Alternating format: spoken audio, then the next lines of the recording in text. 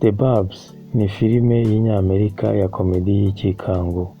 The Burbs is a horror comedy American movie released today in 1989.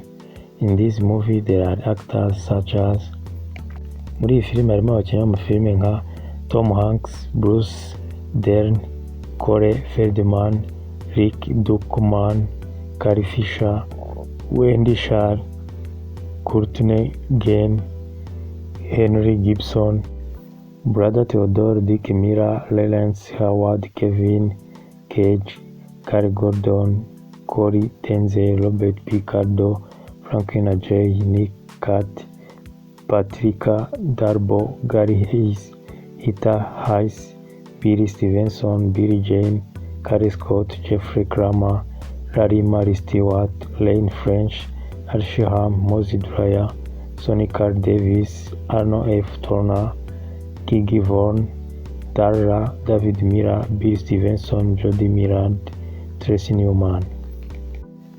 Ray Patterson, who is Tom Hanks, is a stressed suburbanite who spent his vacation at home only to become convinced that his new neighbors, the Klopeks, are part of a murderous cult. Iyi filime ivuga ku mugabo witwa Ray Patterson ariwe Tom Hanks, ari umugabo wahoranaga ibibazo byo kuba adatuje mu mutwe. Yamaraga igihe cye cy'ibiruhuko mu rugo, ariko aza kwizera ko abaturanyi be ari abicanyi. A young couple, Samira Keke Palmer and Rob Jack Winterhall, move back to Rob's childhood home in the safest town in America. Their lives are upended when a mysterious man moves into a long-abandoned Victorian house across the street, leading Samira to uncover buried local secret.